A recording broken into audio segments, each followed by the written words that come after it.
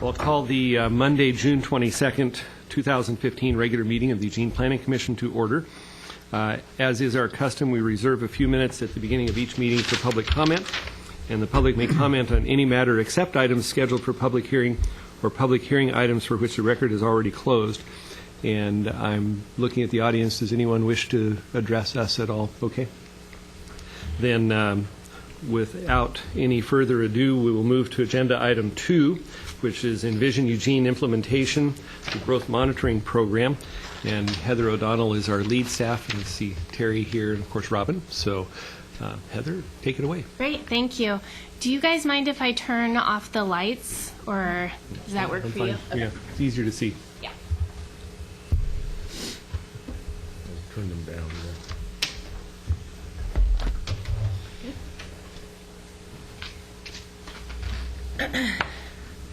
Great, well thank you. Good morning. And today we're here to give you an update on the growth monitoring program. It has been about a year since we came back and talked to you about this, so I'll give a little bit of an overview and then dive into kind of the two main components of the program. Quantitative monitoring and the database that we're putting together around that analysis, and then the companion piece, which is kind of what I've been referring to as the livability or quality of life assessment part of the program. I also want to go over attachment A and just point out, not go through it entirely, but just point out a couple of updates that have happened to the growth monitoring program, and then get into next steps for the program. So as you know, the monitoring program is born out of the seventh pillar of the Envision Eugene recommendation, and we'll be bringing the goals of that seventh pillar on flexible implementation into the Eugene plan. We'll be bringing those forward. 3 of the key strategies or actions associated with the goal of having our plan be flexible and implementing it in a nimble and flexible way are to create an ongoing monitoring system in order to collect and track key information, to create a dynamic plan to address emerging needs or changing trends, and to evaluate the effectiveness of our Envision Eugene growth strategies. The reason the monitoring system is such an important component of the Envision Eugene recommendation and our future Eugene plan is, for one thing, we want to try to avoid the look-back approach as much as possible. So Envision Eugene and before that the Eugene Comprehensive Lands Assessment were both based on research that was done in a look-back manner. So we had to go back and pull building permits, pull data, and try to extract the information we needed from historical data. And there's a couple of issues that happen with that. One is you don't know that the data was even collected, which is what we found in some cases. In other cases, it was collected in a way that wasn't exactly how we would want it to be collected. And so by creating an ongoing monitoring system now, we're able to make those changes in our database collection and actually move forward in a manner that helps us as we're monitoring. It will also help us be able to check the status of basically our vacant and our partially vacant land inventory. So how quickly are we developing that land? Evaluate our key assumptions. So as an example, we're making assumptions about how dense development is going to happen on those vacant lands. And so we can monitor that and see if things are happening more or less or pretty close to what we anticipated. We want to evaluate the success of our Envision Eugene strategies and actions. So there's a lot of those in this document that we're carrying forward. And one of the main ones is facilitating redevelopment along our key transit corridors and core commercial areas. So we want to see if the actions that we're putting in place actually encourage that to happen or not. And then if our strategies and actions are out of sync with what's happening, if we need to do more or we need to adjust things, we want to build into the process the ability to do that, so our plan is nimble and responsive. And by having a monitoring system, it will help us do that. So the growth monitoring plan framework, and that's really attachment A in your agenda packet for today, is really based on kind of this cycle that will happen, or what we've been calling a feedback loop, where you're identifying and collecting the data, you're reporting on the results, you're comparing the assumptions that we're making now about how we're going to develop and grow with your monitoring reports and the results in those. And then you're determining whether or not some action is needed. So do you need to change your strategies or actions based on your monitoring results? And then any of those changes will actually get fed back into the system. So if you come up with a new strategy for accommodating growth, then you would start monitoring that as part of your regular monitoring system. So this is all about, having a system, again, that's nimble and can be adjusted over time.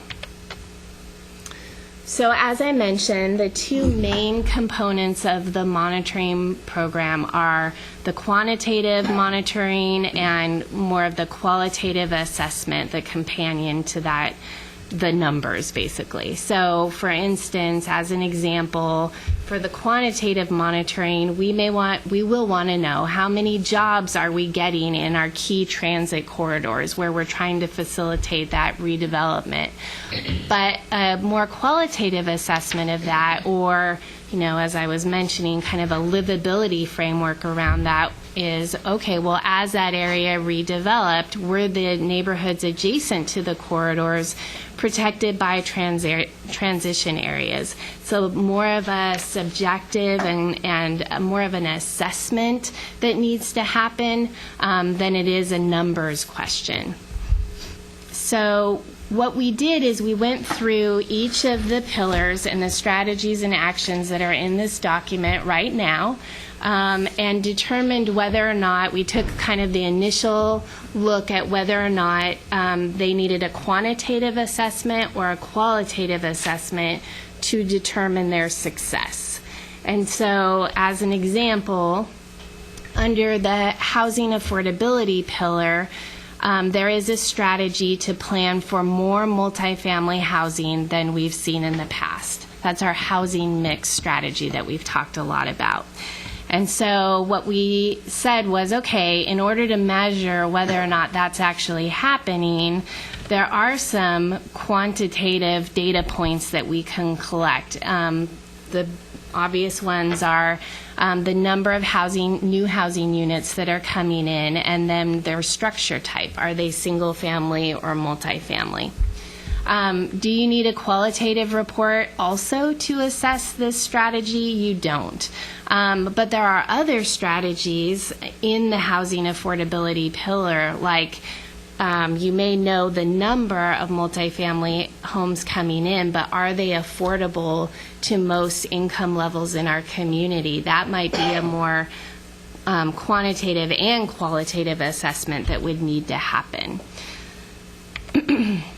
So, sorry this is small up here, but in your packet, which I think is attachment C, if I have that right. Okay. Attachment C is a draft list of the quantitative data points that we are identifying right now to monitor. This is, again, a nimble document. It's going to change over time. We've taken our best guess at this point. Some things may drop off. We may add other things. Some of these may need to be collected more frequently than others. But the point is that we've given a lot of thought and effort into trying to identify things up front that we want to collect. We've also highlighted down in the bottom here, you can see a little 1 and a 2 indicates potential items that may also help with transportation planning and climate and energy action plan planning. And so we're just recognizing that there's crossover with the land use monitoring that we're doing and work that's going on in other parts of the city. So then switching gears, or actually not switching gears yet, still talking about quantitative.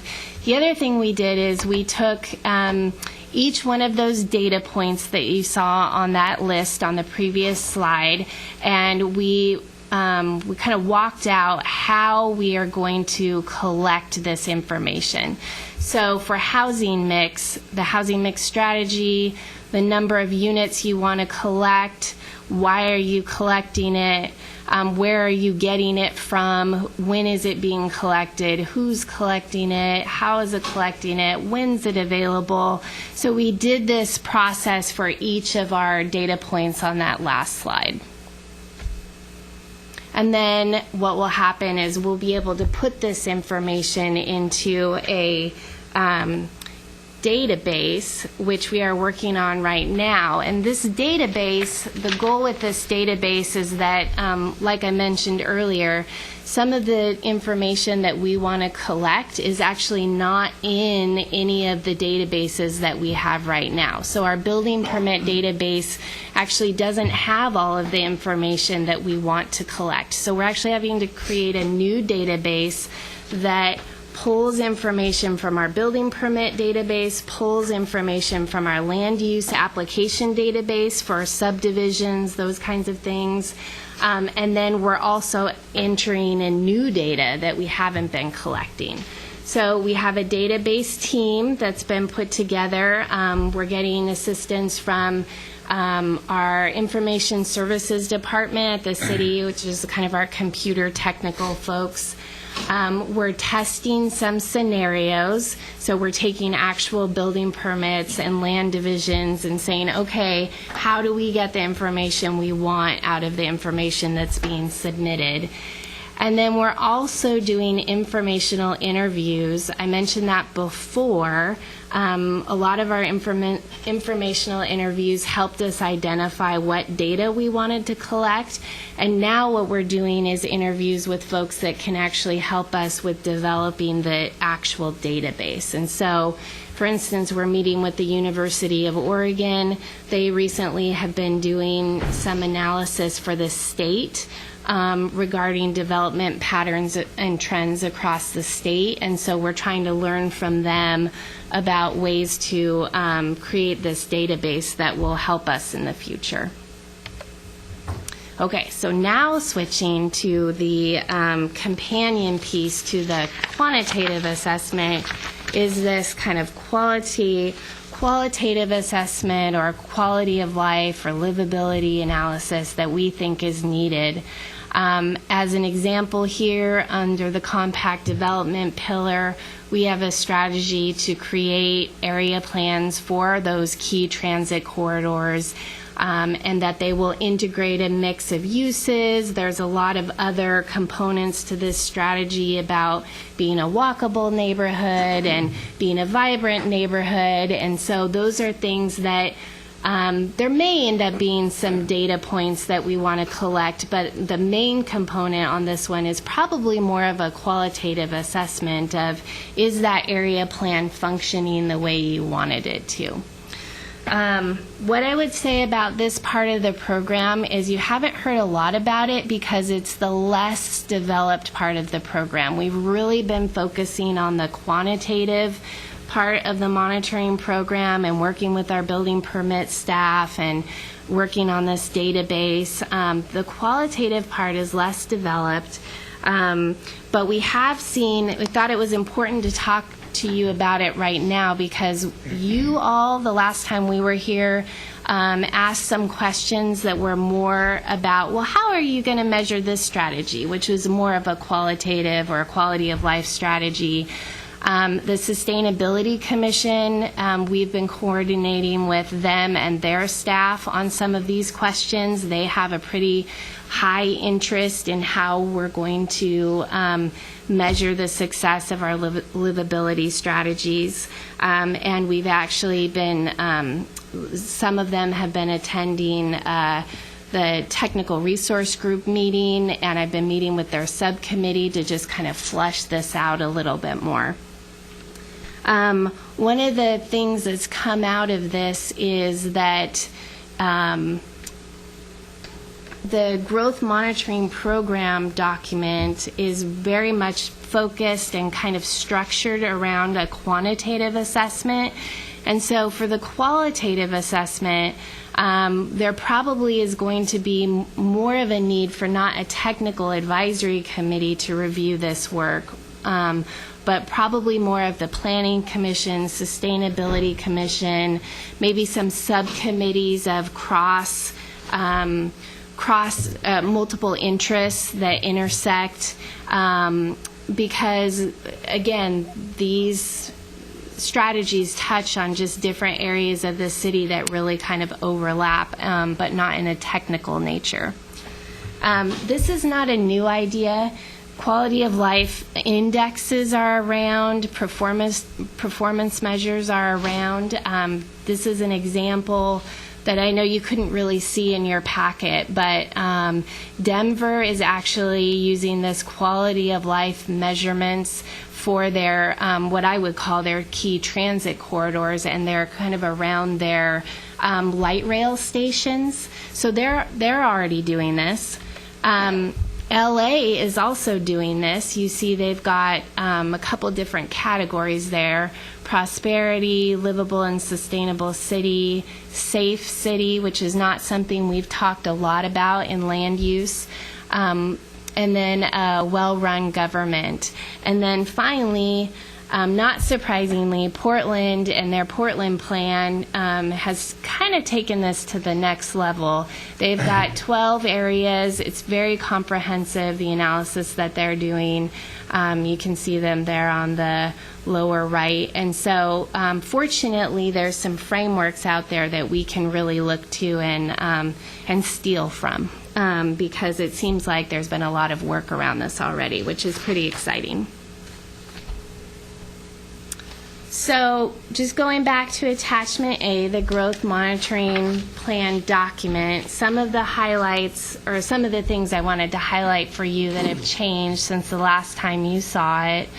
One is just needing to highlight better, and I think we could probably even do a better job of highlighting the role of the planning and sustainability commissions in reviewing this technical analysis. So I think the thought is that the technical advisory committee will be looking at the data and almost functioning as kind of a subcommittee, and then the Planning Commission and maybe the Sustainability Commission might have representatives on that technical advisory committee, and then the next level is to go to review by those commissions, something like that. But this is a work in progress. We haven't really set up this kind of program before, so we want it to be nimble to adjust.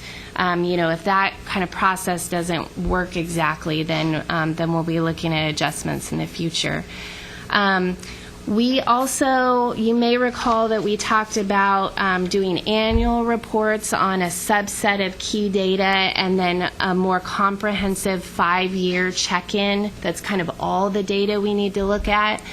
The Home Builders Association has kind of has suggested that we do at least the first check-in being in 3 years instead of waiting for 5 years. And we've talked about that at the technical resource group, and I think staff also supports that.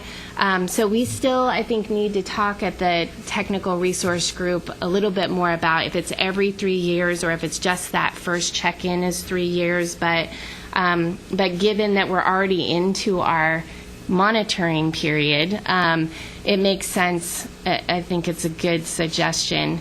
The document's also been kind of reformatted a little bit to really emphasize this cycle that will be happening. It's not just 6 steps, it's steps that are in a cycle that are repeated over time, and adjustments are meant to happen. And then really highlighting the goal of transparency and accessibility to the data and the monitoring reports as they come out. Other work that's been happening, I think it is attachment D in your packet, is some draft implementing language. There's a lot of discussion at the technical resource group about making sure that the growth monitoring program is institutionalized, formally institutionalized in some way. So we put together this draft language. I'm going to talk a little bit more about how we think that that is going to wrap into our adoption package, but that's what that attachment D is. There was a lot of work around this. Other things that we've been brainstorming about the future technical advisory committee are membership. Right now we have a really long list of interest groups and folks that might be on the membership, and so we're still kind of kicking that around a little bit. And operating procedures, how many times a year would the committee meet? What would they be doing at each meeting? Is there voting? Those kinds of things. So for next steps, as I mentioned, we think it's really important that the growth monitoring program is highlighted and institutionalized in some way.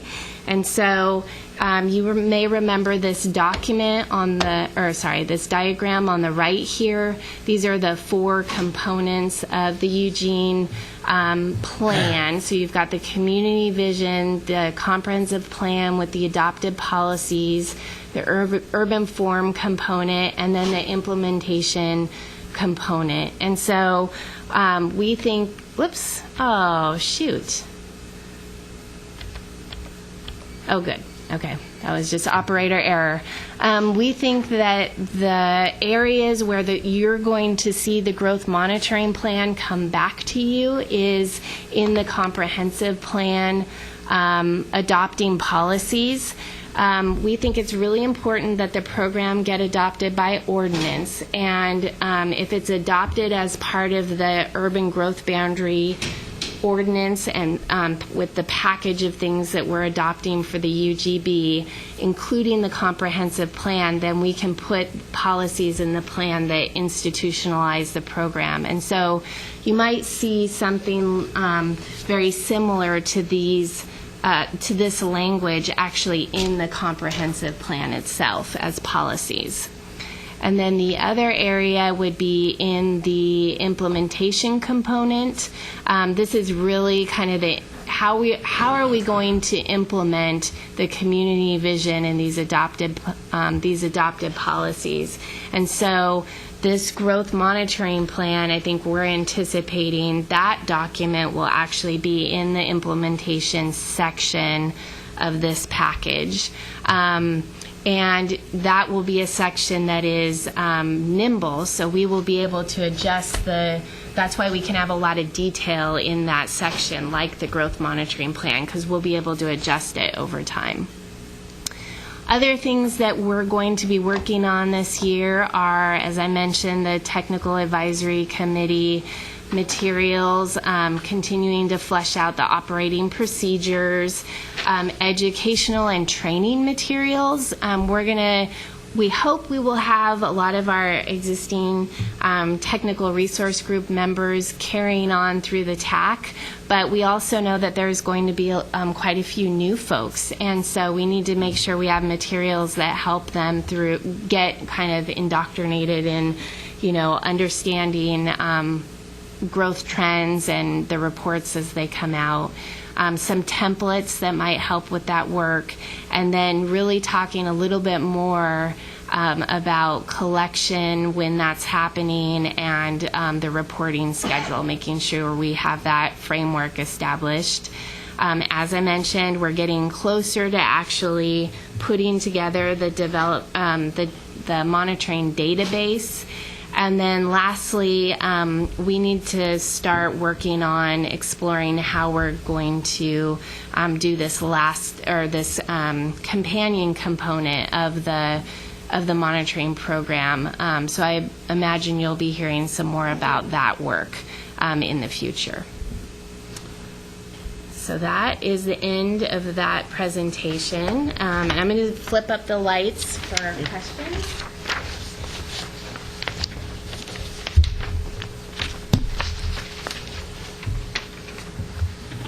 Okay, questions from Commission? Commissioner Baker. Yeah, I just wanted to say I was very impressed. This is, particularly with the attachments, this is very comprehensive, and it looks like it's well thought out. There were only a couple of areas that I wanted to get right into them. There are only a couple of areas I wanted to mention that I had some concerns about. It seems to me that there should really be three core constituencies in terms of the Planning Commission, the Sustainability Commission, and the Housing Policy Board, because of the housing affordability issue.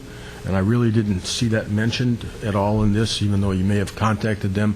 I think they should be involved lockstep all the way, because that's one of the more difficult things to measure. And in that respect, sometimes you may need to measure before something happens as well as after to see what the change was. In other words, there's a change in housing affordability. You may have taken out affordable housing and replaced it with student housing, for example. Another thing that I think I didn't see and I wanted to mention, because I think it's useful to have, is, and this is something that's not from building permits, but it's from actually, it would be useful to have information about rezonings, zone changes. So, because there are some areas that may be going from R2 to R1, okay, there's maybe some areas, South Willamette, that's going from R1 to really like R3. In other words, so we know what the areas of those things are, so because that's, a subtraction from one area in addition to another. Some commercial areas may be created from other zones. So I think it would be useful to have that listed in your quantitative list. Yes. Just to keep track of those things. In many cases, maybe they aren't.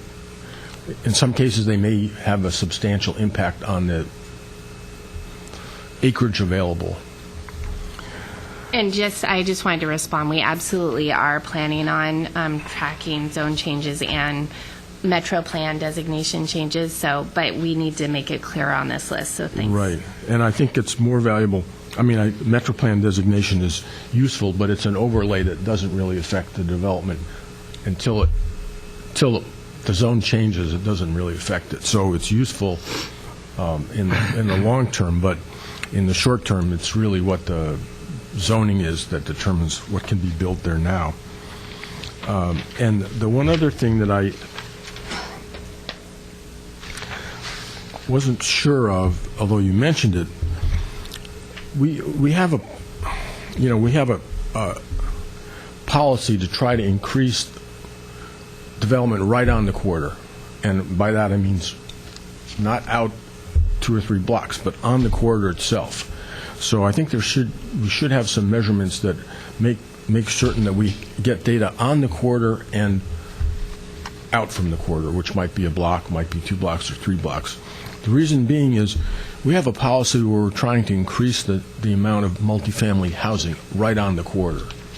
And it would be very useful to know that the policy is actually working, or maybe what we're finding is that the housing is being built all a block or 2 or 3 blocks away, and somehow our policies haven't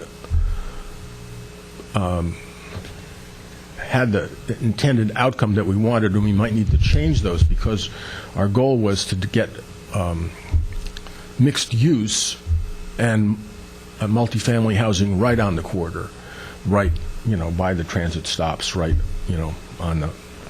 So I wanted to just mention that, make sure that was included and covered, and you have some strategy.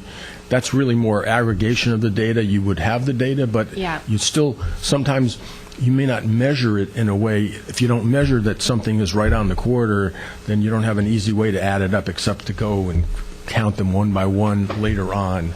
So, because we already pretty much designated what those corridors are. So, and you could expand or contract those definitions of which ones are, quote, designated corridors, but there's a really easy way now. If it's on, Willamette Street, if it's on. Okay. And those are my, I had some written comments, but I think those pretty much capture my question. Okay. I just had a quick response to that. Great suggestion. It seems like we could add proximity or address, even, whether it's on a corridor, would be a great data point to collect. But I also wanted to just throw out there, in response to your comment about redevelopment being right on the corridor, I think it's something that we'll have to work hard at measuring, both quantitatively and qualitatively, because, as you know, we're doing area planning in neighborhoods around that support the corridor. And so I didn't want to lose that nuance, that we want to look at what happens right on the corridor and its impacts and what is happening off the corridor as well. Yeah, I assumed we would measure both, but I just wanted to make sure that we could separate, so it would be clear. We'd see that our policy for mixed-use multifamily housing on the corridor was actually achieving its goal. Yeah, I just wanted to clarify also that I don't believe the policy specifies that it's actually right on the street. When we talked about corridor planning in the beginning of Envision Eugene, we always talked about a couple of blocks steep. So I just don't want to get out there that the policy says that specifically. Yeah, that would be different than when my interpretation was that we started on the corridor and then we ended up expanding out farther and farther away. And, the reason being I say that is because, even the talk last week, by Jeff Speck, indicated that, you basically have most of your development at the transit node and not very far away. So, literally within a block of the transit node is where you're expecting to have most concentrated development. So, that's very common. That's the way Portland plans. Portland doesn't plan blocks away. They essentially plan about a half a block in from the transit corridor. That's it. So bringing us back, but I just want to say, noted, and we have coming up at a future Planning Commission meeting, review of the policies about compact development, where I think we can get into that a little bit more detail. There will be both corridor planning and area planning to talk about, so more to come. Okay, thank you. Other commissioners? Commissioner Borowski. I'll jump in. I guess my questions and concerns are about the triggers and what this data and this monitoring will mean as far as action, both from the state, laws that say we have to have this amount of buildable land and stuff. If we do a monitoring and find out that we're off on our assumptions that we built our plan on, will the state come in and say, your numbers are wrong, you need to redo it? And if not, I've gone to the trigger section here on page 10, or it's page 12 of the piece of the agenda item, and I'm just not real sure how all of this data is going to be used. and where I mean, there's different things that say yes, will trigger if it'll trigger if you know, we can wait and see, we can look at contingencies, we can implement new things, or we can start the process again. And I'm just curious as how that works as far as decision makers go, because obviously it's the council who's the final decision maker on a lot of things, and that can go different ways. And if there's state, statutes that say we have to have this stuff, and we start collecting all of this data, and that data points us one place, but the policymakers want us to go another way. Help me get through this. Yeah. Well, and right now the state is actually working on revising, or I shouldn't say revising. They are working on adding a simplified 20-year land use review process that's different than the one that we went through. So you would have more like safe harbors in it where you can use this density assumption and you can't get appealed on it because the state said you could use it. Some of those things that we did a lot of analysis on, you wouldn't have to do that anymore. So it should speed up the analysis. That said, it's an alternative process that may not work for everybody because if you want to use it, you have to use everything in that track. And so if there's something you don't want to use at this point, my understanding is that would kick you into the review process like what we just did. That is much more, there's less safe harbors, there's more analysis done on the part of the city. So you will still have both of those options. I don't think the state's going to come in and say, oh, you've been doing your monitoring and now you have to do this. It's really on the local jurisdictions to figure out when it makes sense for them to update their analysis. Oh, I'm cut off. Sorry, that's the end of my... Your 3 minutes are up. Yeah, so I, but that being said, I would say that the state, the work that they're doing isn't done yet. They're in rulemaking right now, so we don't exactly know what that alternative process is going to look like or what their requirements are going to be. We have a good idea, but it still has to go through the adoption process for them. And how it would work for the decision makers, we talked a lot at the TRG about what would be triggers that would require you to do something, and I think that's where I think it's something we can talk some more about at the TRG, but I think it's something that is difficult to pin down, especially in your first couple years. Like there might be some obvious ones.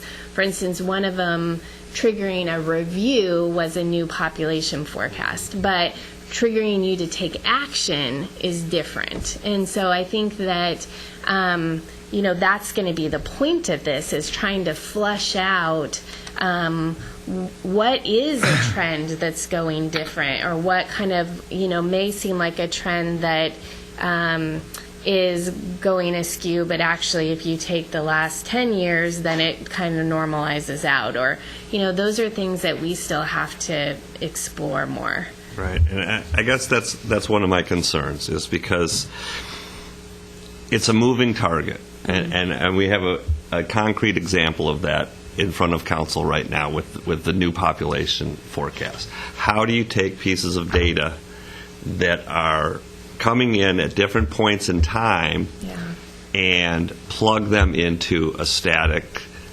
plan? Okay, well, new population thing comes in. Is that the trigger to look at it? Is, if you guys are doing this monitoring and the mix comes in and it's way askew, does that trigger it in? Is the jobs creation coming in askew? Is that going to trigger it in? And if that always goes to the policymakers to make that call, then the data is less important as to what the political winds of that decision body are at that particular point in time. And so I'm concerned is how you're going to have a lot of stuff, and next time we do a review, it'll make it a lot easier. Mm-hmm. But as far as triggering, it is so loose. I don't know how you're going to rein that in. One of my thoughts is, of course, we can't compel a future action without. Right. Well, we just can't compel future action. So we know that we have to put in place a system that will allow the policymakers to make the best informed decision possible. That being said, I glanced over at Emily because your question about would the state come in and say, let's say you have a housing mix that's wildly off what you had projected. Would they come in and tell you to redo the plan? And I think the answer is they could, which is not very satisfying. Well, come on up. may I? You know, right now, everybody, all the cities in the state except Metro. Right. Really, you know, we have a lot of discretion as to when we do one of these legislative reviews. The House bill passed in 2007, 3337, it required us to do this review right now. Right. But outside of that, we'd be waiting for our next periodic review before the state would make us do it. That said, that's becoming highly problematic all over the state. Metro, which is really just a few years ahead of us on all of these things, as you can see, they're just sort of getting used to doing what you're interested in starting to do, right? Mm-hmm. The legislature has put them on a 5-year schedule. So every 5 years under state law, they have to do a new legislative review. I would not be surprised at all if the interests on all, you know, from every spectrum would push for that more often review from cities like Eugene, especially if our monitoring ends up demonstrating repeatedly or even just a few times that what we have in place is being treated as a static plan and what our data shows is that it shouldn't be. I think that what staff are bringing you based in a large degree on what stakeholders are telling the city is we need to stop looking at this as a static plan, that what we are preparing and I think what staff will be proposing is a program. It's the start of a program, and that feedback loop is really the essence of that program, and that with the different interests coming in and analyzing the data and bringing it to this body and a recommendation for action if that's what the data seems to call for, going to council, it becomes a regular thing. It becomes less political and more government responsive, and it may eventually become state mandated. But technically, the political winds could do what you're afraid they will do. Well, and the reason I say that is because, I mean, that bill, 3371 or whatever, was in part because of, Right. Eugene saying, no, there's enough land for everything. And the state said, no, you guys need to do it. And so there is precedence for it happening. Absolutely. I mean, and I think that they're watching. Okay, so, are we just now going to get stuck with our own urban growth boundary, as we sort of were stuck before, with Springfield as our partner? I don't think the state's going to sit by and let, if in fact our politics leads towards wanting to be static, I don't think the state will let it sit that long. Okay. And I guess it comes down to there's more eyes on it now with this, as opposed to before it was staff presenting to the city council or the decision makers and them saying, okay, I see that, but let's not look too deep into that. That wasn't even happening. We as staff were waiting for the council to say they want to see something. Okay. And now I think the council will be asked to make a commitment to look at, to commit resources to gathering the information, to have a program where this feedback loop is just a constant turn and it'll come back to them. And I think it's a different thing. Okay, thank you. Commissioner Jaworski. Yeah, I have three things. Let me follow up on the trigger issue. When I looked at the trigger issue, one can assume that these things might lead to a trigger, and I guess my question is in the area of what are mandated triggers. In other words, when I just listened to this conversation and thought about it, they come out with a new population trend. Well, is that mandated new trigger? Because what if our data shows, no, their trend is wrong. Our data is showing we're nowhere near what they're projecting, and we have 3, 4, 5, who knows how many years of this saying we're nowhere near what they're saying, so they're wrong. So that's the first question. Is that a mandated trigger, or do we just compare it to our trends? A new population forecast. I mean, we have it listed as a mandated trigger for us locally. The state's not telling us we have to, but we have it identified as one of the ones that would require us to do a more comprehensive review. All right, but you do the comprehensive review, and it says, no, our data is all showing we're never going to reach that. So what happens? Is there an action required to change anything, or do we just say, you're wrong based on what our data is showing us? I mean, More accurate than when they're just doing projections. Yeah, the population one may be a harder one for us to use as an example because while we can look back at forecasting trends previously, different organizations have done the forecasting for us. So most recently it's been PSU. We've had LCOG do forecasting for us. And so it's not as easy to go back and say, well, this was, their forecasting's always wrong, or we think it's wrong. We wouldn't really be doing that level of analysis to challenge their population forecasting. We give them information that feeds into their forecasting, but we're not doing a separate model, and we're not collecting data that would significantly change, I think, their population forecast, because they're the experts. So that the data that we're now collecting, some of which for the first time in a new format, we're going to be giving that to them to make their projections? Some of it we do, okay, yes. Good. I didn't. Yeah, and we already do that, actually. Okay. Second issue, following up on the density issue that Commissioner Baker brought up on corridors versus others, are we going to be tracking just density in general? In other words, are we achieving the density in the core area, or are we just having building going on at peripheral and it's not achieving our density? How do we separate that in addition to just the transit corridors? Because I'm really concerned with that, because you could have 5,000 new units built, but none of them are density, and they're all wherever instead of where it might have been nice next to the transit. Because to me, that kind of data would then trigger the fact that we got to come out with some new policies to encourage density to occur where we want it to occur, where we'd like to see it occur. Right.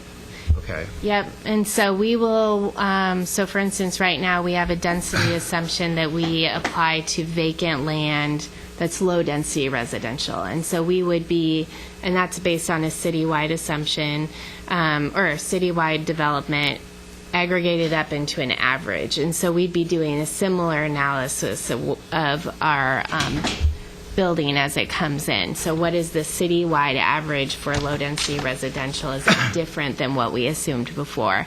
And then we also separately hope to break that down into the corridors and looking at what the density was and is now in the corridors. Okay. Yep. And my third thing, this is maybe more of a comment, to look at where you're going, just to consider when you go into qualitative, and at the same time bring in public involvement. It might be good that when you're working with the TAC and you see that certain kind of developments have occurred on, let's just say, 2 of the corridors and or whatever, more intently than anywhere else, let's just say, you might want to go out to those neighborhoods and hold some meetings and say, what is your reaction to this development that occurred? What were some issues? What didn't happen? What did happen? What was good? What was bad? Mm-hmm. That would be a way for early public involvement before action even has to be taken, and it would also help in identifying qualitative issues. Great. Suggestion. Thank you. Commissioner Mills. I have very mixed feelings about parts of what I've heard today. I'm very supportive of expediting quantitative data collection and database development, because I think that's going to be key. I'm hesitant to put much optimism in any kind of qualitative review. I think we're going to have a hard enough time agreeing on what the quantitative reviews are telling us. We're all going to have different interpretations of what the hard data tells us, let alone the qualitative data, which we'll have endless discussions about what the measures even are. So I feel like the qualitative part of this program is a potential quagmire. So I would advise you to go as far and as fast as you can on the quantitative side, because I think there's going to be a lot of effort on everybody's part to get our arms around that. I know it seems like the simple part of this, and it might be, but it's a big task. And so, and I know staff has tended to put the qualitative later, and I think that that's very wise. So I just want to be supportive to that. My other comment has to do with the TAC. I'm very, very concerned or curious, both, about what the composition of that is going to be, how it's going to be formed, who's going to be on it. Is it going to be a subcommittee? Is it going to be something more along the lines of the TRG, which was not really a subcommittee? So I'm very curious about that. And some of the things I've heard today lead me to believe it's not going to be a very technical advisory committee. I mean, if it's, I think we need to make sure we have people on this that have the technical background to evaluate the data. So I'll stop there. I have myself in the queue, and really I think I want to agree with Commissioner Baker that I think this is a really good comprehensive tool for us to use. We've been operating on basically a metro plan from the 1980s, essentially, and here we are 30 plus years later, trying to adjust things. And I think this is a critical piece of staying on it, and I kind of liken this to with my clients in buildings, trying to get them to do ongoing maintenance on their building, and just having those things that, once a month you do this, once a year you do this, you clean the light fixtures, you pressure wash the outside, you do the touch-up paint, and you do those things in small components all along the way. And it's amazing how much better that building is after 30 years than to wait and just let it degrade until you've got major things to happen. And I kind of feel like here with the Metro Plan, we've waited 35 years, and we've got some major overhauls to do, and we're doing it. And so I think this part is, I think, that a critical piece of staying on this. And I hope that by reviewing things often and by having that ability to shift and address either trends that we missed or trends that we didn't foresee, or maybe even realize that we're right on target, I think is just a great tool to have in Vision Eugene. So I'm really glad this is in it. I'm glad that we're planning on codifying it so that it's really, I think, got a little more meat and teeth to it. So thank you. We have other comments. Commissioner Baker. Yeah. Well, first of all, although I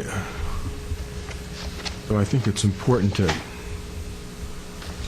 the quantitative data that we actually measure, I have to agree with Commissioner Mills, is the most valuable or the most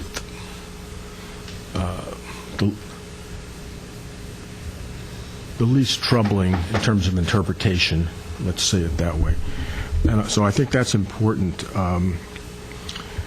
And the issue of population estimates, I want to mention this just so we can use it as an example. No one expected that Hyundai would leave, and we had a large outflux of population and jobs and then population. And that could happen again in the sense of some major employer downshifting or downsizing, or a new employer moving in. So the population estimates are just that.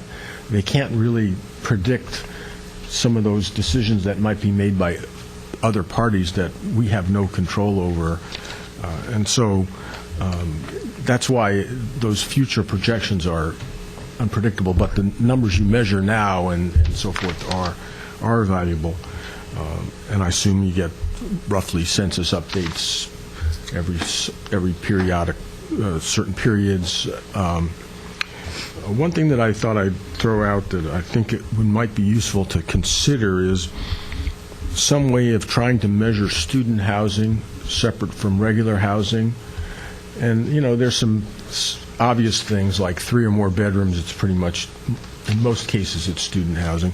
But there may be some other measures, and I throw out, we have the what is it called? The board that you have to pay, landlords have to pay $5. Rental housing. Rental housing. There's a rental housing database. In terms of livability, you might be able to track some in sort of your qualitative track complaints in that database, but also there may be some ways to figure out student housing separate from other housing, and that a lot of those people turn over every year or every 9 months or something. Because it would be useful to know that, we're getting student housing all the way out on West 11th or on Coburg Road, as opposed to what we thought was market rate housing for other groups. And that could be if the developers find that it's more attractive to build 3 and 4 bedrooms units, then that might happen. So I just wanted to mention that would be somehow interesting to try to at least separate out. And can I ask you a quick question about that? What would we do with that information? Well, specifically? Well, we are trying to find ways to separate it out, but I just wanted to go to the next step. If I had that information. Well, because let's say, for example, we wanted to encourage non-student housing in certain areas. I mean, we were trying to encourage student housing to occur. Traditionally, we've been encouraging student housing to occur near the university, so the trips to and from the university would be reduced by students. They would be less likely to have a car because they could walk or bicycle more easily. The farther out that they locate, maybe the more likely that some of their trips to the university area would be by car. So that would be an example of how you might use that information.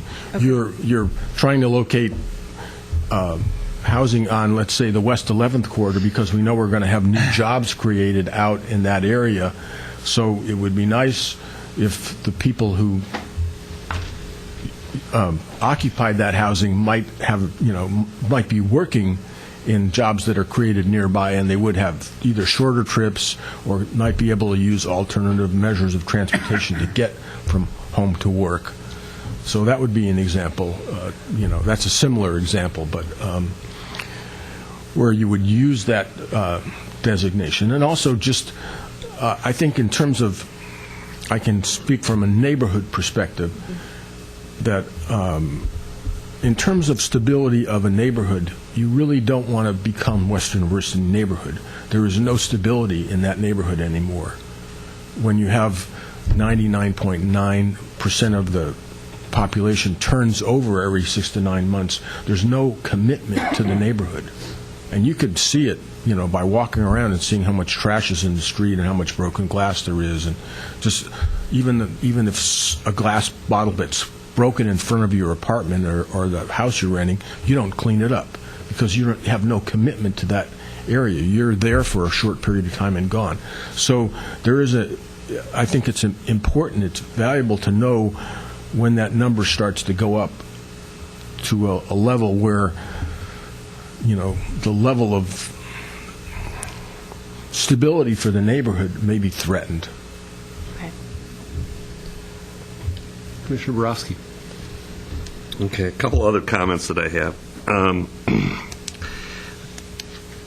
Timing of the plan, of the monitoring plan. You said you wanted to try and get it into the comprehensive plan, and I'm just wondering if, as contentious as this could end up being, as far as getting the qualitative and getting buy-in from everybody, do you think that is feasible, and or could it go on a separate path and then get amended in and codified that way? Yeah, we actually, I am anticipating a different, a policy that specifically says we need to work on a qualitative assessment, but just acknowledging that it's not as far along as the quantitative. So we'll keep working on it, but we don't need to adopt a framework as part of the UGB package. Right, and so that's what I was hoping. I was Yeah. hoping that I think this is good, and I think there's going to be input from different stakeholders, and I would hate to see that holding up the comprehensive plan, because this needs more flushing out and could be adopted at a separate time, and I don't know how that would work as far as public hearings and all that kind of stuff. My second comment is a kind of like Commissioner Mills about the TAC. I think that needs to be flushed out. I definitely think that there should be a planning commission member as a representative. That's my opinion. And where that goes, I mean, I think that it's a city manager's decision to how he's going to appoint that. At least that's the way it is in here. And I'm fine with that, but I think that there should be some representation of this body. And then as far as qualitative, again, that one is so tough, because you're taking the Eugene pillars and saying how do these work, and we've seen it in appeals and other things where one pillar is in contradiction to the other pillar. Somebody will say, "Oh, we want densification," but the other pillar says we want to protect the neighborhoods. And so you've got the pillars that are in conflict with each other, and to try and qualify that, you can say, okay, well, we're doing densification, and then the person whose house is 3 blocks away says, you're not protecting the neighborhood. Quality. And so that is just is going to be very, very tough, I think. So those are just some more comments that I wanted to make. Mm-hmm. Those are great, and those are very much in alignment with some of the things that we've heard from Sustainability Commission staff. It's going to be hard. It's going to be a big task. There's a feeling that it's worth it, but some of those big questions are still out there. I have Commissioner Mills and then Commissioner Jaworski. Yeah, I guess I'm prompted to comment by something that Commissioner Borowski mentioned, and that is our relationship with the TAC. And I go back to what our relationship was and how it was established with the TRG, where 2 members were appointed to the TRG, but there was no formal linkage. We had to just ask them, hey, how's it going? Mm-hmm. And I would recommend that we have a formal linkage with the TAC. In other words, it ought to be on the standing subcommittee or on the standing list of liaisons that we appoint and renew and reassign and take care of. And I guess similarly, in my time here, I always thought of the TRG as kind of a temporary assignment, although I'm sure the people that were on it worked tremendously hard and it didn't feel very temporary. And what I see here is this TAC is not a temporary thing at all. This is a standing committee. Mm-hmm. So it's different. It's different. Yeah. It's a different animal. It needs to go through a whole kind of chartering exercise. Very curious to see how it ends up being resourced and structured in the end. Commissioner Jaworski. Yeah, I just want to comment on the qualitative. Let me say this. I agree that it's going to be very difficult, but I don't think it necessarily has to be that difficult. I mean, quantitative data that you're bringing in, people can always argue about the data, whatever. But the point is, you're bringing that data in, you're going to have to analyze it, and you're analyzing it against qualitative policies and objectives that were formed through the Envision Eugene process. So in order to do that, the fact that I think in that long process you learned a lot about certain criteria that people view as being qualitative as far as bettering the neighborhoods and whatever. You got involved with a great public participation type process. So I think that you don't have to spell it out like here's a list of like you did for quantitative, but I think you should at least lay out a framework that says this needs to be done, like you mentioned, some criteria will be looked at, and at least an initial process that says, I suggested earlier, how you might do that to get some feedback on how that's being done. Because if you don't do that, you can have all the quantitative data in the world. How are you going to analyze it if you don't look at the qualitative factors that relate to the qualitative goals and policies? So I don't think it can be left out. I don't think it has to be delineated in 11 pages. It could be just a paragraph or two of saying how this will be achieved, and it's fleshed out more the same way this is a dynamic document over, and it's better added later. But I don't think it should be left out. No, yeah. Commissioner Borowski. So then I've got a question. So let me put a hypothetical together, okay? And I'll use our Willamette area study as a example. So we go through and they do the numbers data, but in the qualitative one, you've got, yes, we've increased our density along the corridor, and we have hit our targets on the number of units that we've put in there and the distance to the things, and those are all positive things in one side. But then you've got, I can't turn right off of 23rd Street onto Willamette, or I can't turn left off of 23rd onto Willamette because the traffic has gotten so bad because we're in an MMA now. I have a 5-story building next to my single-family home that I don't like. That's a negative thing. That people are parking. I cannot find a parking spot in my thing. So now you've got two different sets of data points that are negative, or three that are negative, but you're hitting your quantitative points for the land use type of things. So how does that balance? Well, and if you've got all of those, which I think are all important, mm-hmm. then you've got people, decision makers, that can pick from these data points on either side to make their point. They can say, "Hey, we're hitting all our data points. We don't have to look at other things." But somebody else comes in and says, "You're not hitting neighborhood livability. What are you going to do about it?"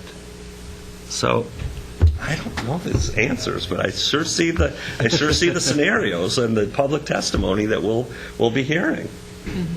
Well, I think, Heather, did you have a response to that? I know Commissioner Jaworski does, and I'll jump into that. Yeah, I mean, no, these are really good questions, and it's why we haven't jumped into this really fast. I mean, one of the big reasons is we've been focusing on the quantitative, but another is that these are hard questions, and as Commissioner Mills stated, in some respects, the quantitative, even though it's going to be really hard, is easier than the qualitative. I hope that what happens is you have some sort of survey or evaluation sheet or something like that. Some of those things may come out. They may also be able to say, yeah, I also have more retail here that I'm participating in, and boy, I sure like the walkable nature of this street. And so, I think that there will be an assessment, but I think it will also just be an opportunity to have that conversation and help people see, help the community participate in the balance that we're all trying to strike as we're growing. And so I see it as more than, or not just an assessment too, but also something that helps bring the conversation up to not just the immediate impacts, but other things that are also beneficial or community good, value, those kinds of things.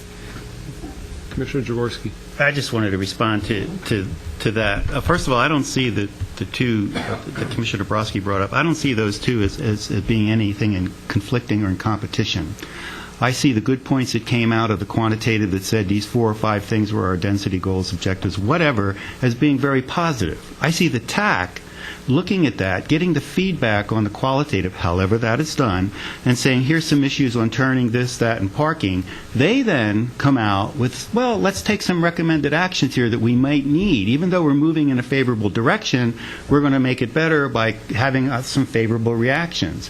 I don't see the City Council getting, here's what happened over here, and here's this is bad. I see them getting, here's what's really good, we heard some feedback, and here's some recommended actions to help address that, to make sure our qualitative things and livability are all working as we're moving forward on our objectives. So I don't see a conflict at all. I just see a further process for further defining and improving and taking action items to make what's happening in a broader goal even more better on a livable goal.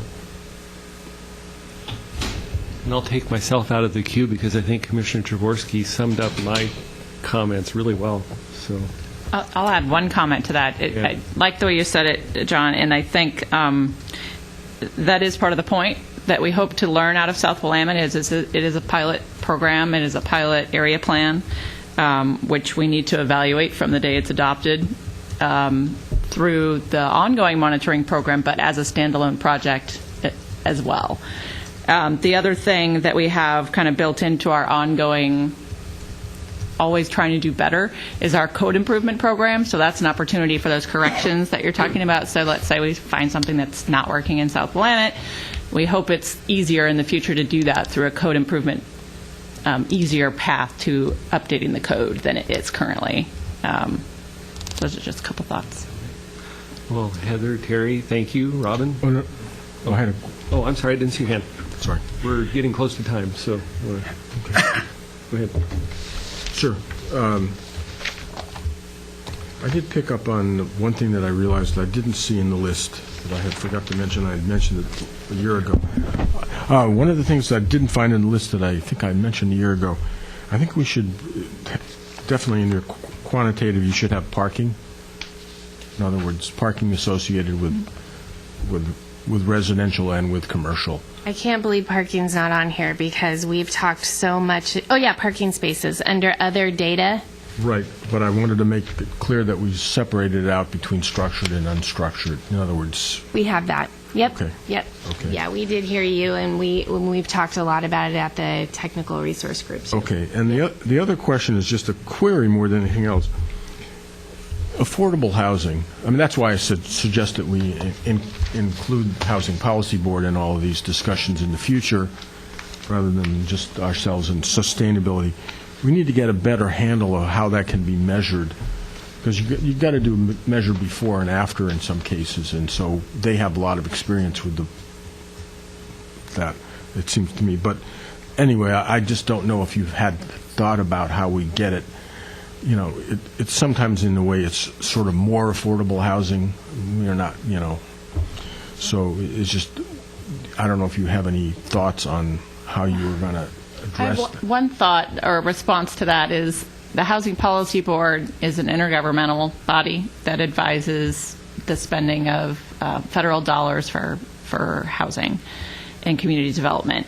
They're currently talking a lot about their structure. Maybe you know this because you've been to some of their meetings, but going forward, it may look a little different than it looks right now. But we have the benefit of having on our staff in our community development department most of the resources for the region, really, in terms of affordability and connections to the Housing and Urban Development Department at the federal level. So absolutely, we need to incorporate that, and it's part of the thinking in here. I'm a little unsure right now because the Housing Policy Board is in flux, how to really have that go forward over the long term. But it's absolutely part of it. And Commissioner Mills has the final comment. Yeah, okay. This has just jogged my memory a little bit, one of Commissioner Baker's comments, and that is in terms of quality of life. I'm looking into regional trends under the quantitative monitoring draft list, and we have things like mode split, LTD ridership, commuting trends. I'm wondering if there should be something under the city that would talk about congestion, traffic, transit times, and or average street rating, something like that. Connection to the transportation system plan goals. There's a whole set of goals and measures in the transportation plan that we could connect to. Yeah, I think it may be an interesting aspect of one of the aspects of quality of life. Okay, yeah. All right. Well, again, thank you, and we'll be anxious to see where all this ends up. Me too. Yeah. I had one more real quick thing, just Okay. under parking spaces, probably should also separate out bicycle parking from car parking, just to see if we have And we are. In the future, yeah. Yeah, I will put bike and vehicle parking, but that I specifically left it as just parking to be all-inclusive, but I can put both of them. Okay. It's still small font on that page, so getting more in there. I know. It's actually, yeah, I'm at capacity, no pun intended, on this page. Okay. Well, are there other items from staff? Not today. Okay. Other items from the commission? Yes, Commissioner Borowski. I just had a question. In my spare time, I was perusing the Chapter 2 of the code for fun. You have that much spare time. And I came across the Planning Commission's duties and stuff like that. And one of the things says that the Planning Commission annual report, the Planning Commission shall make and file with the council a report of all transactions as required by law. And I'm just wondering, I've only been on the council for 2 years, but I haven't seen anything, heard anything, and I'm just wondering, one, if we're doing it, and if we are, I'd like to see what we're doing, and two, if we're not doing it, why? If I can make a quick comment, I think part of that is that we have to respond to the requests to provide our financial interests to the state. No, this is 2.340. Right, but it's saying that we have to do all things that are required by law. I mean, it may have been a catch-all to cover these. I mean, there may have been a general, but I think part of it is that it's saying that we have to, planning commissioners have to comply with these state requirements, which it turns out in this case include financial disclosure. If you can just look into it and find out what that. Yeah, I can follow up on that question. Thank you. Thanks. Other items from the commission? Okay. I think with that, we're adjourned.